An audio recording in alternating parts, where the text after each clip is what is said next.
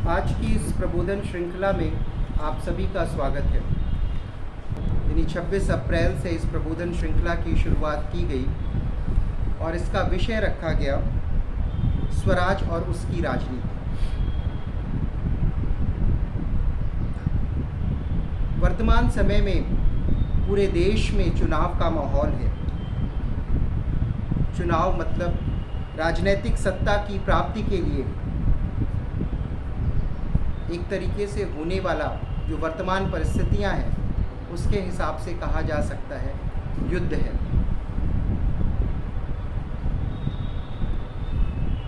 जिसमें बिना सोचे समझे किस किस तरीके के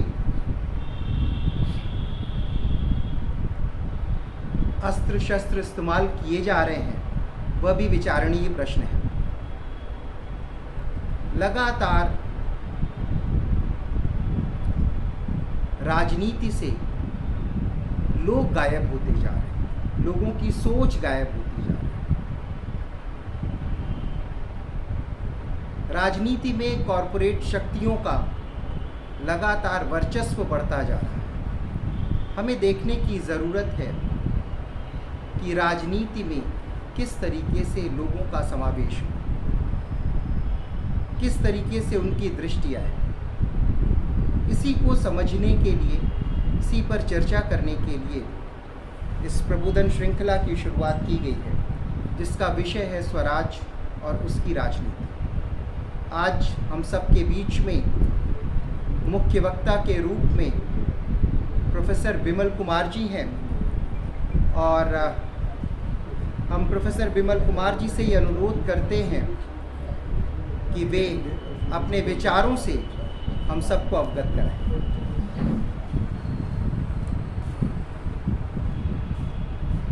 आपने विषय रखा है स्वराज्य और उसकी राजनीति।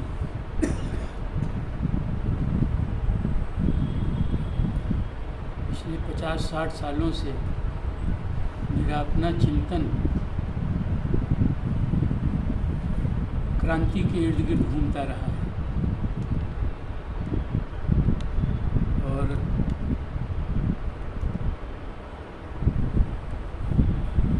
रशिया जो आज जर्मनी के नाम से जाना जाता है, वहाँ के चांसलर हुए थे बिस्मार्क। तो बिस्मार्क ने कहा था कि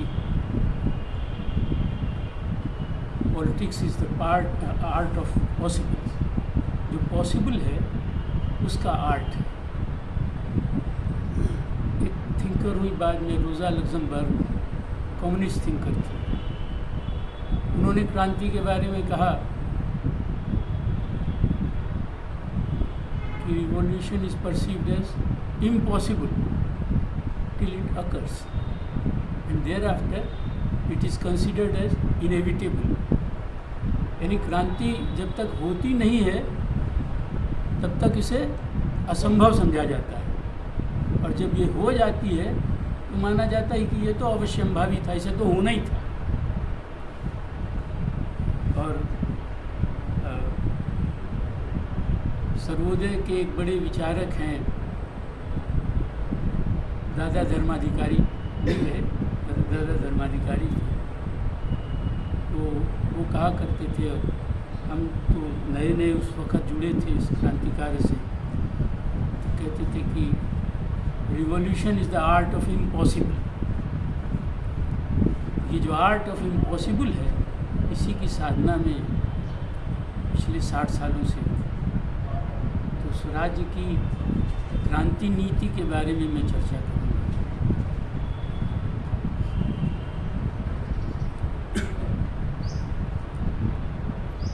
दो तरह से चर्चा की जा सकती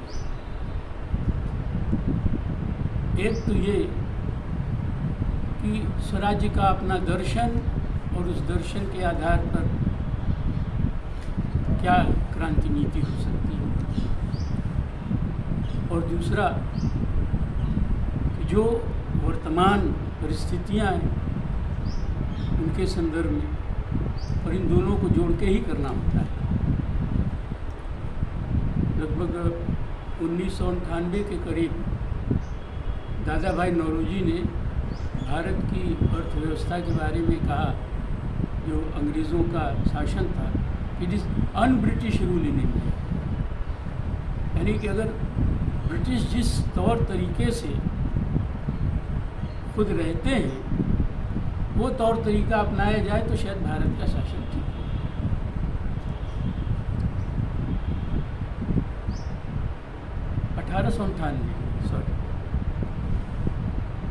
1908 में गांधी जी की एक पुस्तक आती है जिसका नाम है हिंद स्वराज।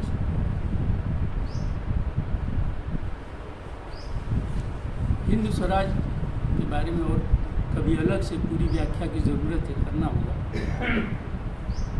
लेकिन टॉल्स्टॉय ने उनसे कहा कि आपने इसको हिंद स्वराज क्यों कहा, इसको तो विश्व स्वराज कह सकते थे। लेकिन उन्होंने कहा कि नहीं, ये ठीक है, उसका एक कारण है। तो स्वराज की उस अवधारणा को मैं आधार बनाऊंगा आज की चर्चा में। दो बातें उसमें मुख्य हैं। एक तो ये कि जो वर्तमान सारी समाज में कमियां हैं, दिक्कतें हैं, शोषण है, ड्रेन है, दोहन है, उसके लिए वो उस सभ्यता को जिम्मेदार ठहराते हैं जो यूरोप में 1500 ईस्वी के बाद विकसित हुई। और दो आधारों पर करते हैं। एक तो ये कि इसमें नैतिक बल का कोई स्थान नहीं है इस सभ्यता में, और दूसरा ये सभ्यता जो है अमानवीय है। उन्होंने कहा कि ये शैतानी सभ्यता है। तो जो हिंद स्वराज है ये नैतिक बल के आधार पर और मानवीय सभ्यता के निर्माण के लिए है। यही स्वराज के बुनियादी आधार हैं। मैंने जिक्र किया कि स्वराज को दो पक्षों से देखा जा सकता है, एक इसके आदर्श के पक्ष में और दूसरा ये जो वर्तमान सभ्यता है इसको चुनौती के रूप में, इसको किन किन पक्षों से ये चुनौती दी जा सकती है। पहले मैं संक्षेप में इसकी चर्चा कर लेता हूँ, इसके आदर्श के रूप में।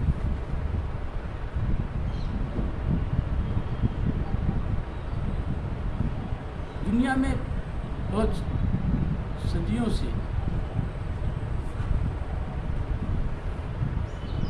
इस बात का प्रयास रहा है मनीषियों के द्वारा, चिंतकों के द्वारा, ऋषियों के द्वारा,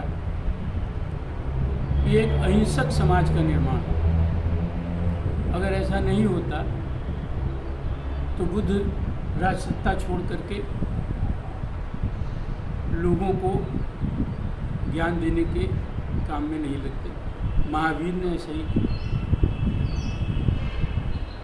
यानी राजसत्ता से अलग। तो जो अहिंसक समाज के निर्माण का काम है ये स्वराज्य का काम है। अब अहिंसक समाज का निर्माण राजसत्ता के माध्यम से नहीं हो सकता है। ये एक अवधारणा थी जिसको लेकर के गांधी जी आगे बढ़े। क्यों नहीं हो सकता है? क्योंकि राजसत्ता सारी की सारी हिंसा करने की, दंड शक्ति की सारी की शक्ति एप्रोप्रिएट कर लेती है खुद में। राजसत्ता कहती है कि किसी दूसरे को दंड देने का अधिकार नहीं है, किसी दूसरे को हत्या करने का अधिकार नहीं है, हमें है। राजसत्ता हत्या कर सकती है, राजसत्ता युद्ध करके हजारों लोगों को मार सकती है, राजसत्ता बुलडोज़र चला करके मकानों को गिरा सकती है, राजसत्ता कुछ भी कर सकती है, लेकिन व्यक्ति को अधिकार नहीं। तो राजसत्ता क्या है? राजसत्ता appropriates all forms of violence to itself. तो जिस इंस्टीट्यूशन ने हिंसा के सभी पक्षों को, सभी आयामों को एप्रोप्रिएट कर रखा है, अपने में समाहित कर रखा है, उस माध्यम से अहिंसक समाज का निर्माण नहीं हो सकता है। ये एक छोटी सी मोटी सी बात है जो बहुत से लोगों को समझ में नहीं आती है, लेकिन यहाँ से शुरुआत है। तो अगर राजसत्ता के माध्यम से नहीं हो सकती, और आप जो नौजवान साथी हैं उनको जानकारी शायद हो या न हो, तो दुनिया में एकमात्र उदाहरण है कि गुलामी के खिलाफ या कॉलोनियलिज्म के खिलाफ संघर्ष के बाद जो संघर्ष का सर्वोच्च नेता था उसने राजसत्ता नहीं ग्रहण की।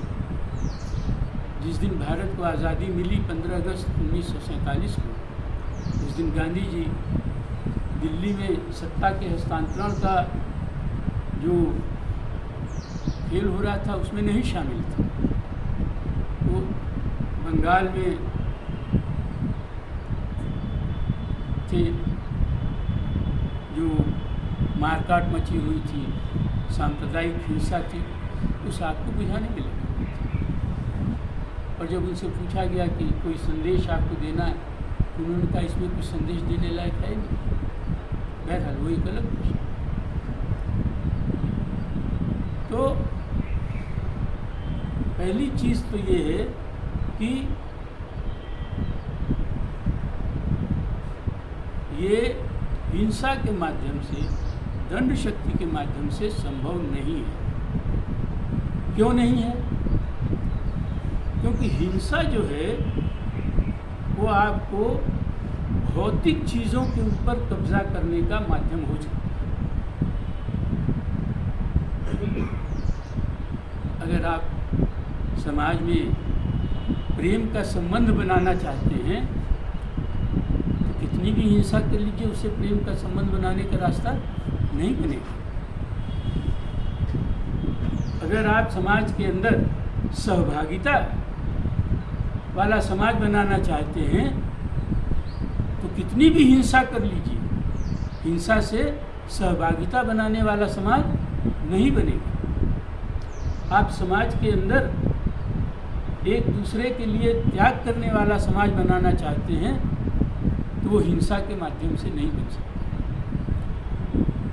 तो हिंसा के माध्यम से जो चीज़ बनती है वो आपके चेतना के सबसे नीचे के स्तर पर जो आकांक्षा है उसकी पूर्ति के लिए होती है।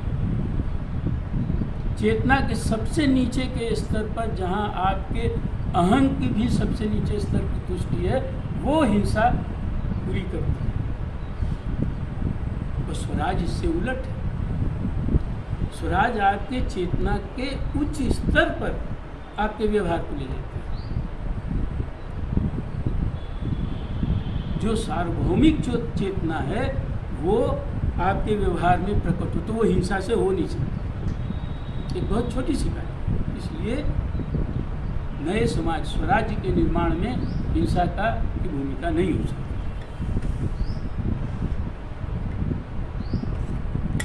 दूसरी बात,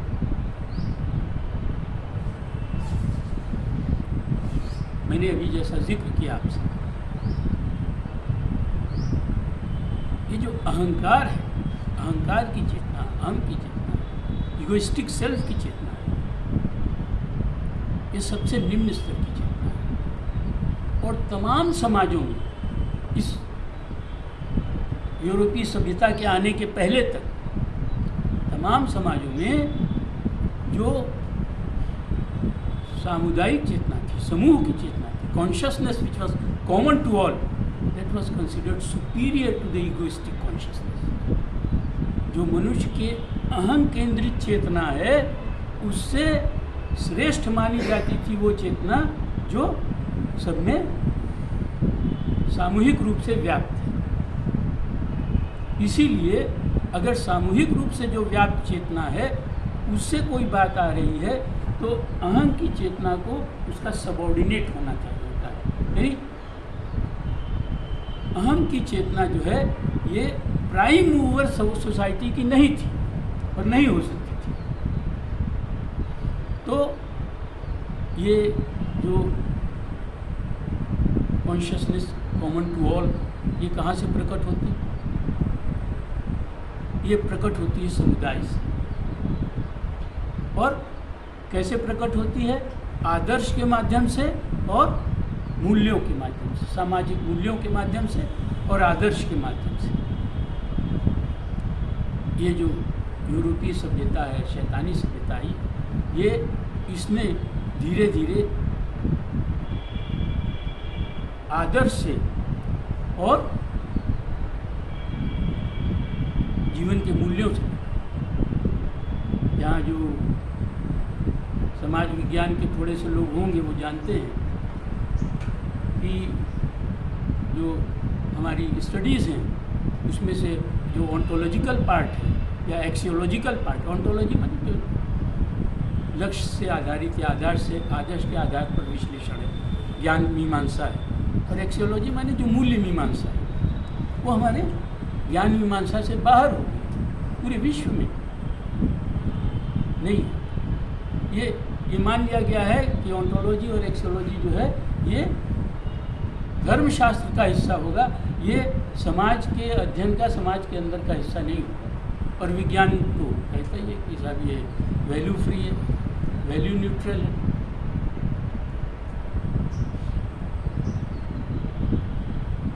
तो जो महत्वपूर्ण बात है वो ये, स्वराज्य यानी समुदाय की जो सामुदायिक चेतना है, आदर्श और मूल्यों पे आधारित, उसकी स्थापना का प्रयास, यानी समुदाय की स्थापना का प्रयास। अब आज के जो राजनीतिक परिवेश, जो ज्ञान विकसित हुआ है, उस संदर्भ में कहें तो लोक सत्ता के निर्माण का काम जो है ये स्वराज्य के काम की पहली सीढ़ी। मैंने चर्चा शुरू की क्रांति से। दुनिया में जो क्रांतियां हुई, उन क्रांतियों का जो अनुभव है वो भी गांधी जी के सामने था।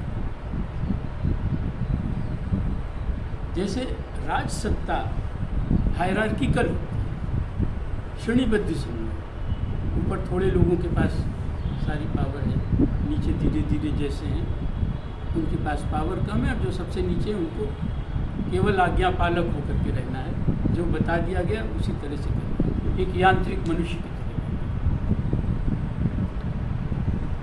इस व्यवस्था को बदलने के लिए जो क्रांतियां हुई, उन क्रांतियों का संगठन वो भी हायरार्किकल बना। सुप्रीम लीडर है क्रांति के संगठन का, उसके नीचे पॉलिट ब्यूरो है या वर्किंग कमेटी है, उसके नीचे है। तो जो क्रांति होती है वो एक बड़े आंदोलन से, जन आंदोलन से, जिसमें जनता की शक्ति, जनता की चेतना, जनता की ऊर्जा जो सारी सुप्त होती है वो प्रकट हो जाती है। क्रांति का मतलब ही है कि जो सुप्त चेतना है, जो सुप्त ऊर्जा है, जो सुप्त चेतना है, वो सब जागृत होकर के उठे। ये जो जनता की सारी ऊर्जा, जनता की सारी शक्ति खड़ी होती है उस आंदोलन में। पुराने क्रांतिकारी संगठनों में क्या होता था कि सत्ता पलट के बाद उस क्रांतिकारी संगठन में वो सारी सत्ता, वो सारी शक्ति आ जाती थी। और चूंकि क्रांतिकारी संगठन हायरार्किकल होता था, श्रेणीबद्ध होता था, इसलिए क्रांति होने के बाद जो संगठन आता था, जो सत्ता आती थी, वो भी हायरार्किकल होती थी। उसमें भी लोक का एलियनेशन होता था। तो गांधी जी ने क्या कहा? गांधी जी ने कहा ये जो अहिंसक क्रांति है, ये जो स्वराज्य के लिए क्रांति है, इस क्रांति में जो जनता की ऊर्जा प्रकट हुई है, जो जनता की शक्ति प्रकट हुई है, वो फिर कहाँ जाएगी? वो वो लोगों की सत्ता के निर्माण में जाएगी, यानी कि लोक संगठन के निर्माण में जाएगी। ये बुनियादी फर्क था गांधी के क्रांति के तरीके में और जो पुरानी क्रांतियां हैं उनमें। तो इसलिए ये जो स्वराज्य की क्रांति है, इसका एक बड़ा पहलू ये होगा कि ये जो क्रांति होगी इसमें से जो शक्ति और ऊर्जा निकलेगी, उस शक्ति और ऊर्जा लोक सत्ता के निर्माण में, समुदाय के निर्माण में, लोक शक्ति के निर्माण में परिवर्तित हो जाएगी, न कि किसी वैसी ही पुराने तरह की हायरार्किकल संस्था।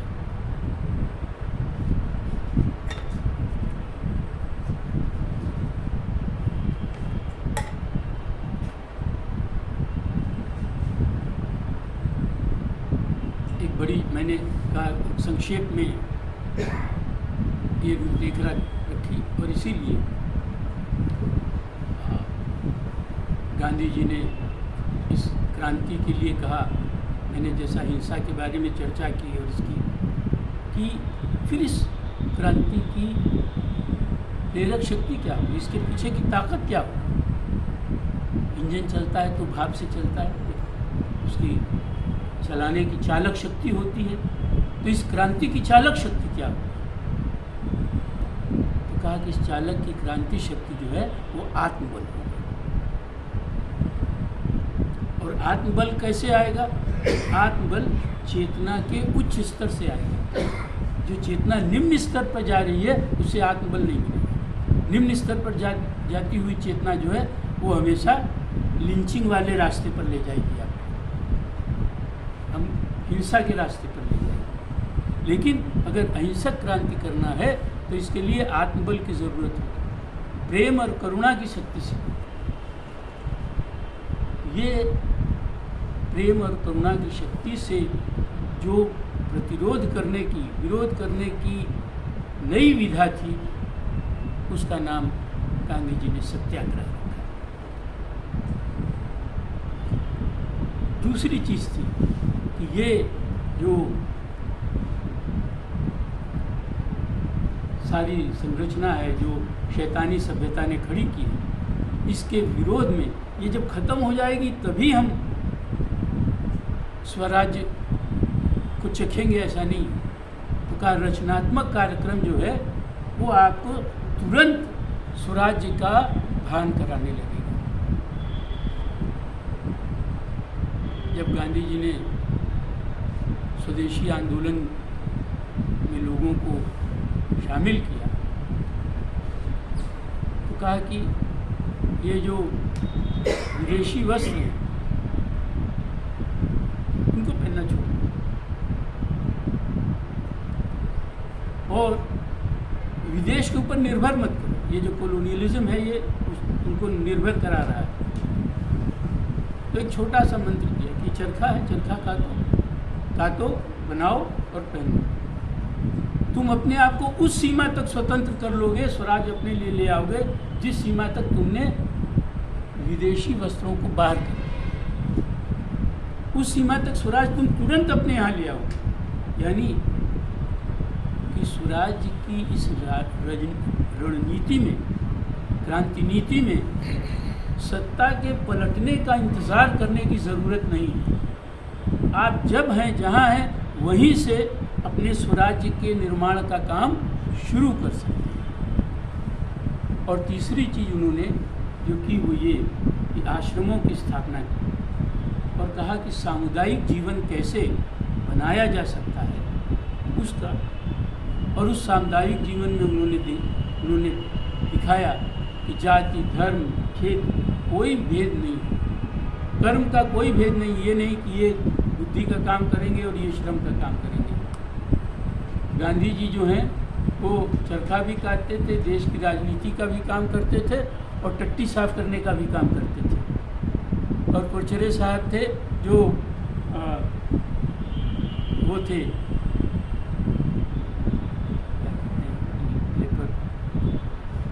लेप्रोसी वाले थे,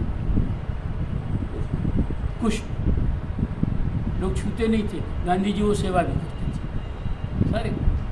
उनके आश्रम में खाना बनाने वाले भी सभी लोग थे, ये हायरार्की नहीं थी, जाति नहीं थी।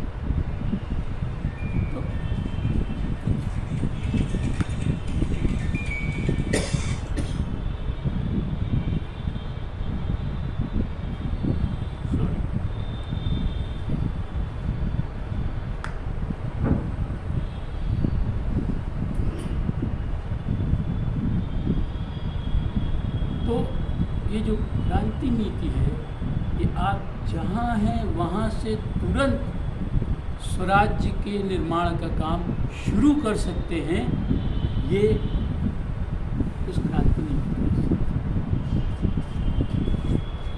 ये एक पक्ष था। मैंने कहा कि एक दूसरा पक्ष है,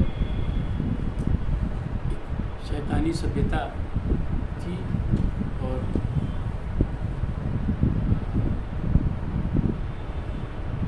कोलोनियलिज्म जब था, गांधी जी तब सार्वजनिक जीवन में आए थे। यहाँ पिछली चर्चा हुई थी तो मैंने दो बातें उस दिन कहा था, संक्षेप में उनको दोहरा दूँ। एक मैंने ये कहा था कि कोई राजा आक्रमण करके यहाँ नहीं आया था, जो धंधा करने वाली कंपनी थी वो आई थी और उसने देश पर कब्जा किया। धंधा करने वालों का दुनिया में कब्जा शुरू हो रहा है, ये उसकी शुरुआत थी। और एक दूसरी बात थी वो ये कि 1866 में इंग्लैंड में लोकतंत्र आ गया था, पूर्ण लोकतंत्र। ठीक है, महिलाओं को वोट देने का अधिकार नहीं था, लेकिन पूर्ण लोकतंत्र आ गया, राष्ट्र निर्माण हो चुका था। और इंग्लैंड की जनता भारत की जनता के शोषण के पक्ष में थी। इंग्लैंड की जनता भारत के दोहन के पक्ष में थी। यानी राष्ट्रवाद जो है वो दूसरे राष्ट्रों के खिलाफ युद्ध के लिए, उनके शोषण के लिए, उनके दोहन के लिए एक नया हथियार बना। उसके पहले तक पूरी दुनिया में राजा कब्जा करता था, हार जाता था, किसी दूसरे का कब्जा हो जाता था, लेकिन जो लोग होते थे वो इसके आदी थे कि आज हमारा राजा ये है, कल हमारा राजा वो होगा, और उनकी स्वायत्तता होती थी। और पूरी दुनिया में जिनको घूमना होता था जाते थे। यानी जनता का जनता से संघर्ष नहीं था, विद्वेष नहीं था। ये नई राष्ट्रवाद का जो उभार था, किस चीज़ के साथ? पूंजीवाद के साथ। उसने राष्ट्र को दूसरे राष्ट्र के विरोध में खड़ा कर दिया। अगर आप टैगोर को पढ़ें तो आप पाएंगे इस राष्ट्रवाद के वो कितना खिलाफ थे। गांधी जी इस राष्ट्रवाद के खिलाफ थे। हमारा राष्ट्रवाद जो है किसी दूसरे राष्ट्र के खिलाफ नहीं खड़ा है। और इसीलिए इस आर्गुमेंट का जो एक्सटेंशन था तो ये था कि समाज में कोई वर्ग किसी दूसरे वर्ग के खिलाफ नहीं खड़ा होगा। ऐसा राष्ट्रवाद नहीं होगा, ऐसा स्वराज नहीं होगा।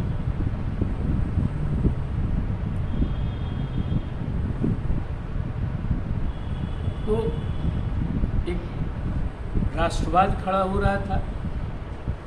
पूरी दुनिया में पूंजीवाद का जो शिकंजा है वो बढ़ रहा था। लगभग 1500 से 1700 तक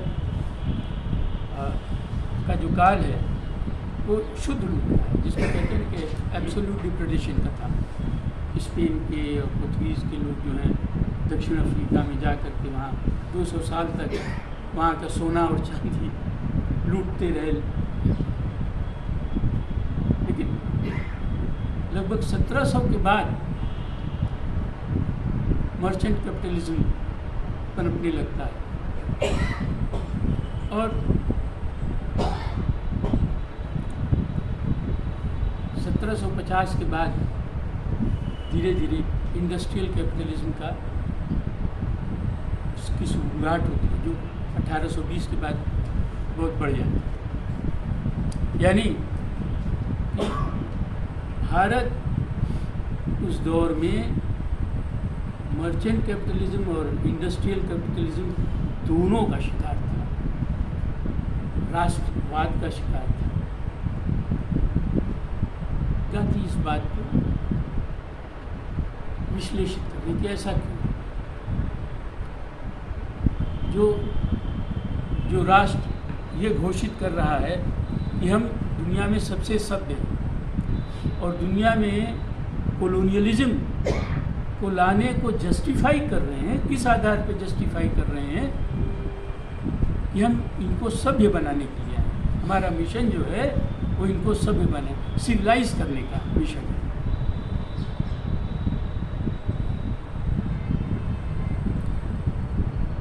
गांधी या जो स्वराज्य का दर्शन है वो सिविलाइजेशन की इस अवधारणा को चुनौती देता है।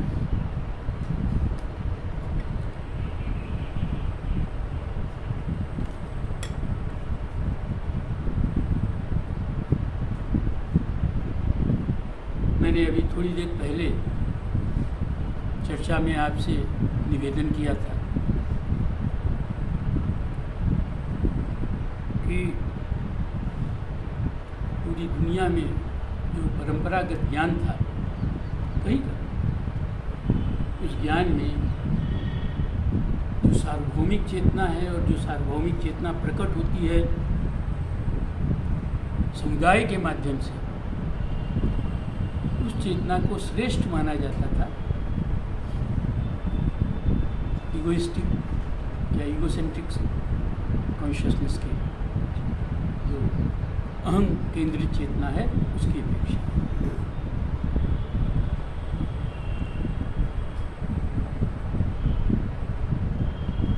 जो यूरोपीय सभ्यता का विकास आगमन हुआ, जिसको वो रेनेसां के नाम से जानते हैं, कहते हैं पुनर्जागरण। पुनर्जागरण इसलिए कहते हैं कि प्रारंभिक काल में जो सारा दर्शन है वो एरिस्टोटल के दर्शन के आधार पर विकसित है और ज्ञान विज्ञान में टॉलमी नाम के व्यक्ति थे, ज्योग्राफी, फिजिक्स, इकोनॉमिक, रसायन, इन सब में टॉलमी के ज्ञान को आधार बनाया। ठीक है, उससे बाद में निकले, लेकिन प्रारंभिक काल जो है वो एरिस्टोटल के दर्शन के आधार पर, इसीलिए उसको रेनेसां कहते हैं, पुनर्जागरण कहते हैं, क्योंकि उससे निकल करते हैं।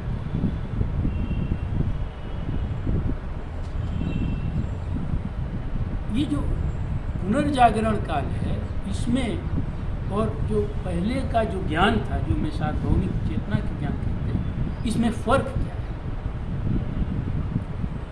इसमें फ़र्क ये है कि जो सार्वभौमिक चेतना के आधार पर जिस ज्ञान का विकास हुआ, वो ज्ञान अंतर जगत और बाह्य जगत के एकत्व को सिखाता है। यानी अंतर जगत की अनुभूतियाँ अलग है और बाह्य जगत आप अलग बनाएंगे, ये सेपरेशन को स्वीकार नहीं करता। विस्तार की चीज़ है, लेकिन हम आधुनिक सभ्यता पे आना चाहते हैं, इसलिए इसको थोड़ा सा बताने की ज़रूरत है।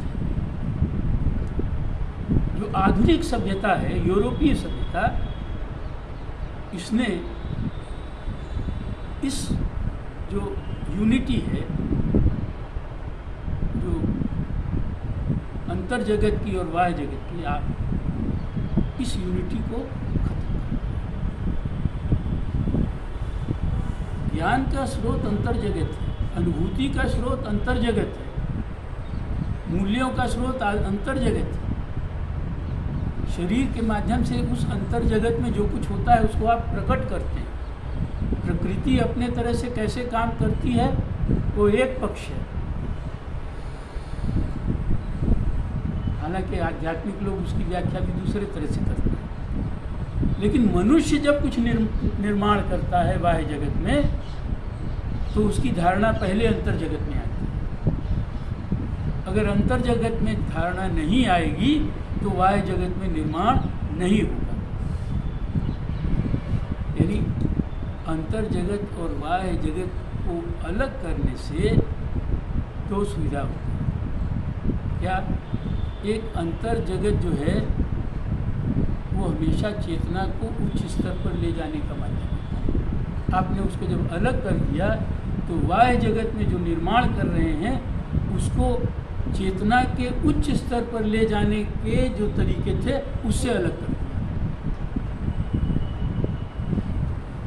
चेतना के निम्न स्तर पर जाकर के भी जिस परिवर्तन को ला सकते हैं वो नई सभ्यता को स्वीकार्य था और वो पुरानी सभ्यताओं को स्वीकार्य नहीं था। ये बुनियादी फर्क है।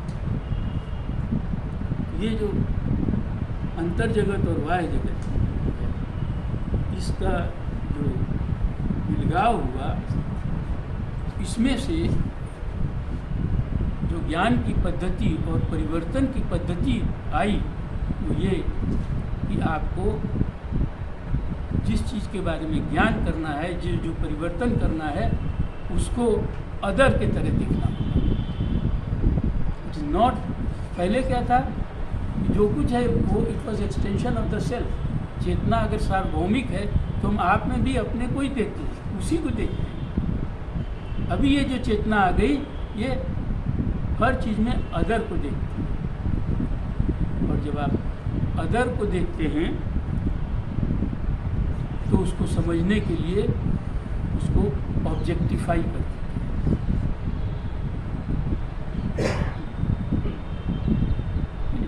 अब मनुष्य का समाज बनाना है, कोई बाहर परिवर्तन करना है, वो अदर है और उसको ऑब्जेक्टिफाई करना है।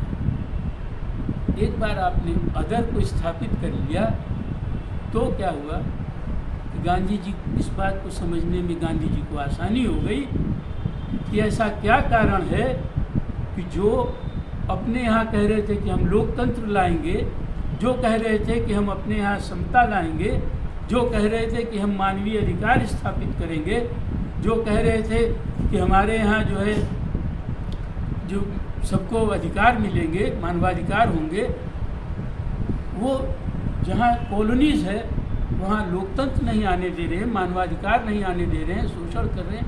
इसको कैसे एक्सप्लेन करेंगे? अगर उन मूल्यों को मानते थे तो वो फिर यहाँ पर भी नहीं लाते। तो ये जो अदरनेस है ये आधार बना, जिस कारण से कि कहा कि इनको हम सब, इसीलिए पूरा ज्ञान बिना अदर को लाए और अदर के बाद उसको ऑब्जेक्टिफाई किए बिना नहीं हो सकता। और जब आप एक बार ऑब्जेक्टिफाई कर लेते हैं तो उसके बाद उसको मार्केट्स के सिस्टम के अंदर लाना आसान है। जो ऑब्जेक्टिफाइड नहीं है वो स्वतंत्र चेतना से काम करेगा। ये जो ऑब्जेक्टिफिकेशन है ये नई सभ्यता का गुण था जो जिसके गांधी जी ने कहा। लेकिन ये खड़ा करने के पीछे जो यूरोपीय सभ्यता में जिस चीज़ को खड़ा किया वो क्या था? वो जो मैं जिक्र कर रहा था, कॉन्शियसनेस कॉमन टू ऑल, उसकी जगह इंडिविजुअलिज्म, एक कोर फिलोसॉफिकल बेसिस है मॉडर्न सोसाइटी का और मॉडर्न सिविलाइजेशन, इंडिविजुअलिज्म। और इस इंडिविजुअलिज्म का जब प्रवेश हुआ अर्थशास्त्र में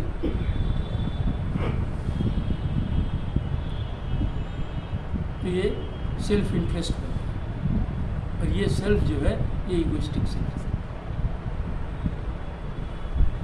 और ये सेल्फ इंटरेस्ट जो है ये किस तरह से समाज में सामंजस्य बनाए रखेगा, इक्विलिब्रियम बनाए रखेगा, उसका इनविजिबल हैंड के माध्यम से। और वो इनविजिबल हैंड क्या है? वो invisible hand market.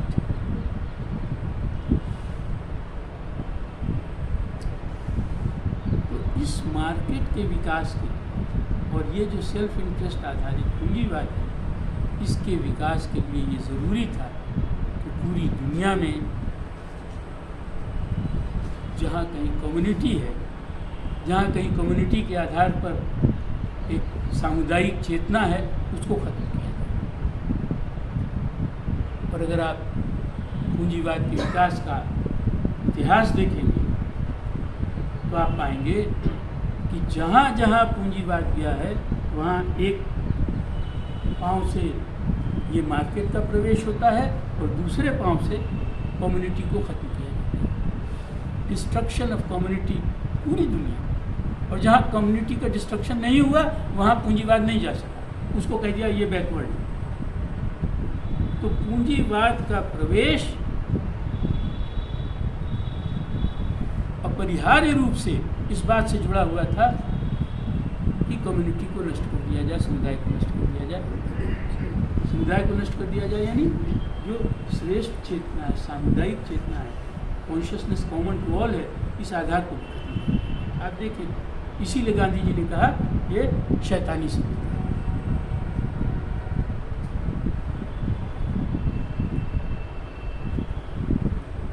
Gandhi ji ने कहा कि इसका विकल्प, क्रांति का रास्ता क्या है? का स्वराज,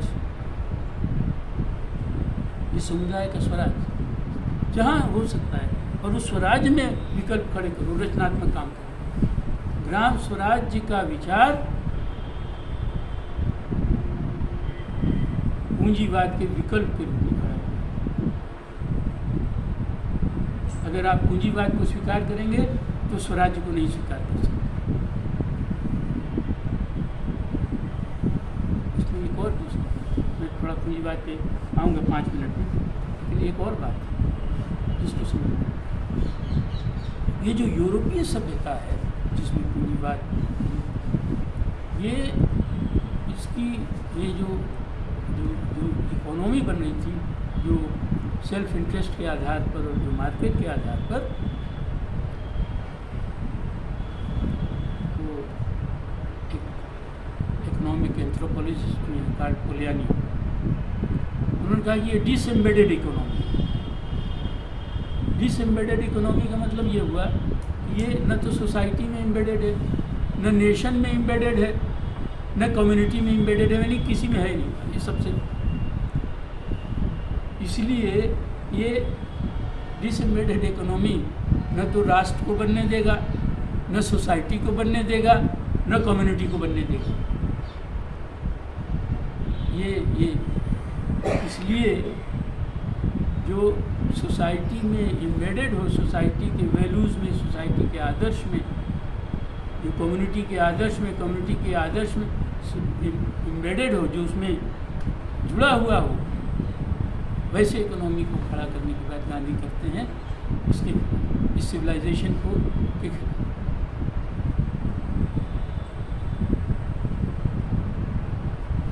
पूंजीवाद मोटे तौर पर 3 उससे आया। एक जिसकी कार्ल मार्क्स ने बहुत विस्तृत व्याख्या की, उसके पहले लेबर के सरप्लस वैल्यू के ऊपर एडम स्मिथ ने और रिकार्डो ने बहुत काम कर रखा था, लेकिन उसको उन्होंने शोषण के तरीके के रूप में दिखाया कि ये जो पूंजीवाद है, ये जो उद्योग में श्रम करने वाला है उसके शोषण के ऊपर, उसके सरप्लस वैल्यू के ऊपर टिका। और ये स्थिति क्यों आई? क्योंकि जो श्रम करने वाला व्यक्ति, उसको उसके उत्पादन के साधन से एलिनेट कर दिया गया, बेदखल कर दिया गया। एक छोटा सा उदाहरण दें, उससे आप समझ सकते हैं कि कैसे बेदखल। और मैं कई बार दे चुका हूँ, लेकिन कुछ नए चेहरे हैं इसलिए बता रहा हूँ। जैसे मान लीजिए पहले आर्टिसन होता था, चर्मकार होता था, जो जूता बनाता था, क्या करता था? वो जो मरे हुए जानवर हैं उनका चमड़ा उतार के लाता था, उसकी टैनिंग करता था, उसका अपर बनाता था, जूते का लोअर बनाता था और फिर उसको बेचता था। क्या क्या काम हो गए? Procurement of the raw material procure करता था, लाता था। टैनिंग करना और उसके बाद उसकी लोअर अपर वगैरह बनाना, ये क्या हो गया? प्रोसेसिंग का काम। और उसके बाद मार्केटिंग करना। उस दौर में एक क्लास था जिसे मर्चेंट एडवेंचरर कहते थे। वो क्या करता था? दूर दराज तक बेचता था। तो अब आपका जूता जो है उसको अगर उसको दूर दराज तक बेचना है तो वो उसको इंश्योर करना होता था कि साहब समय पर जूता बन जाए, जो ताकि हम जाकर बेच दें। तो उसने क्या किया? कहा कि जो बहुत से ऐसे काम करने वाले हैं उनको एक शेड के नीचे ले आए। कहा कि तुम लोग यहाँ जूता बनाओ और सारा जूता बन जाएगा तो हम समय से बेच देंगे। तो पहले तो मनमौजी था, आज मन हुआ बनाएंगे, नहीं मन हुआ नहीं बनाएंगे।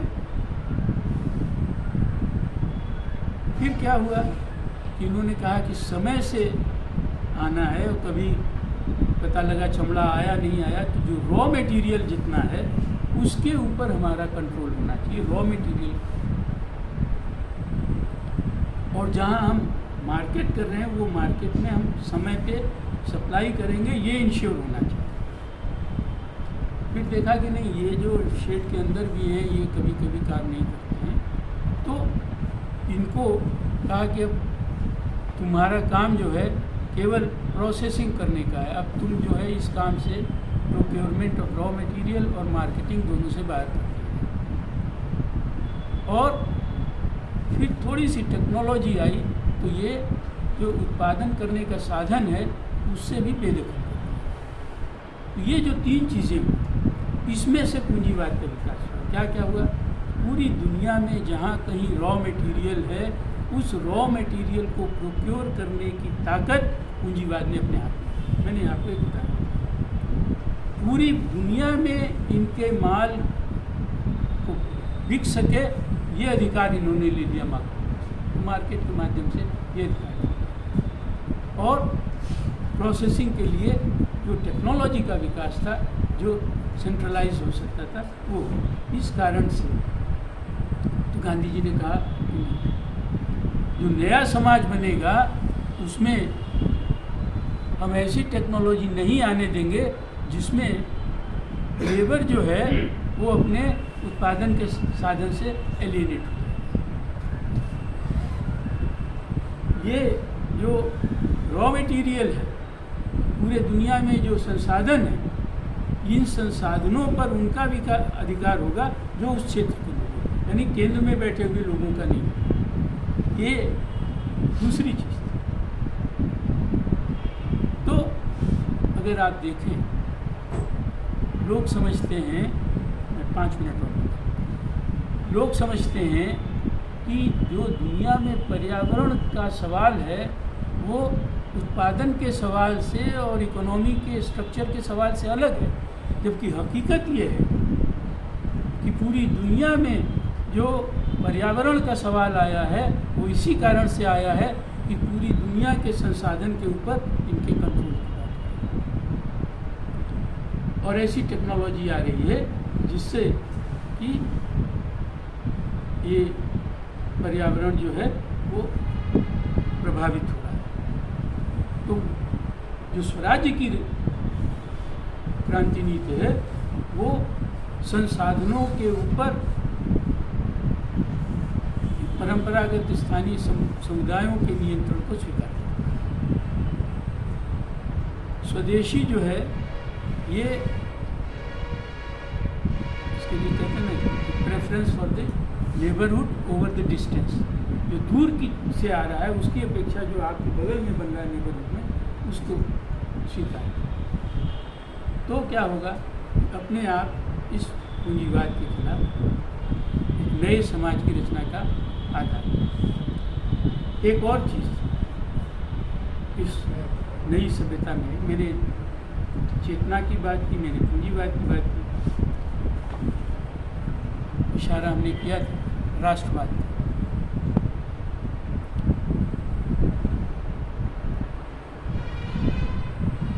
एक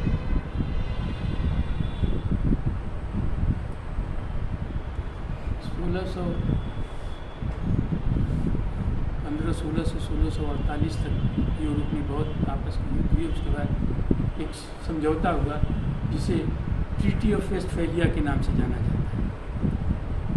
वो ट्रीटी ऑफ वेस्टफैलिया में ये तय हुआ कि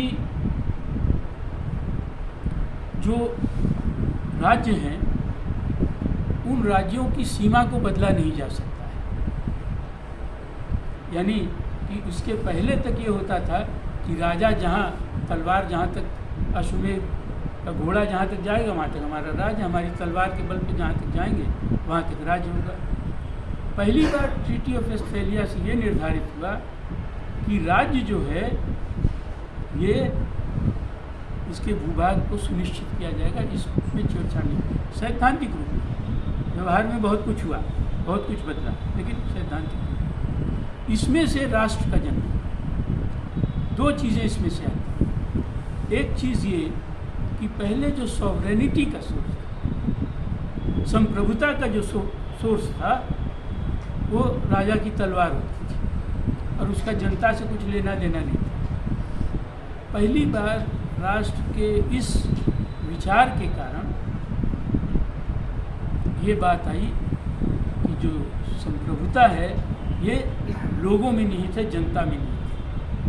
यानी sovereignty is vested in the people. Sovereignty का सोर्स जो है न तो सोशल कॉन्ट्रैक्ट है न दूसरी चीज़ें, इट इज़ बेस्ड ऑन और ताकत नहीं है। तो जब सॉवरेनिटी का सोर्स, सॉवरेनिटी का आधार संप्रभुता कहाँ निहित तो लोगों में, तो लोगों की संप्रभुता कैसे प्रकट होगी, ये इसमें से राष्ट्रवाद का निर्माण होगा। तो एक ढांचा बना कि ठीक है, लोग वोट देंगे, इससे इनके प्रतिनिधि आएंगे और ये राज करेंगे। तो ये माना गया कि जो राज सत्ता है ये प्रोटेक्टर ऑफ सॉवरेनिटी होगी और सॉवरेनिटी वेस्टेड होगी जनता में। ये इसमें से नेशन स्टेट का जन्म होता है। नेशन का मतलब है जहाँ लोक सत्ता प्रमुख है, लोक में निहित है संप्रभुता। लेकिन वेस्ट में राज सत्ता मैनिपुलेट करती गई और लोक सत्ता का निर्माण हुआ। गांधी ने कहा कि अगर लोकतंत्र का निर्माण करना है तो इस लोक सत्ता के निर्माण के बिना लोक की संप्रभुता कैसे प्रकट हो सकती है। तो लोक की संप्रभुता को प्रकट करने का जो माध्यम है वो लोगों का स्वराज्य होगा और लोगों के स्वराज्य की जो लोक स्तर की इकाई है उससे वो राष्ट्र स्तर की इकाई तक उसका निर्माण हो। मैं अभी इसके विस्तार में नहीं जा रहा, लेकिन ये सिर्फ कह रहा हूँ कि जहाँ वेस्ट में डेमोक्रेसी जो है उसमें लोक सत्ता के निर्माण की जो अवधारणा है उसका कोई स्थान नहीं है, वहीं स्वराज्य की जो क्रांति नीति है इसमें बिना लोक स्वराज्य के निर्माण के, बिना लोक सत्ता के निर्माण के लोकतंत्र के निर्माण की संभावना नहीं है। ये स्वराज्य का जो शास्त्र है, स्वराज्य का जो दर्शन है, ये जो यूरोपीय सभ्यता के दर्शन से बिल्कुल अलग है। यूरोपीय सभ्यता जो है ये पूरे विश्व में एक वन वर्ल्ड ऑर्डर खड़ा कर।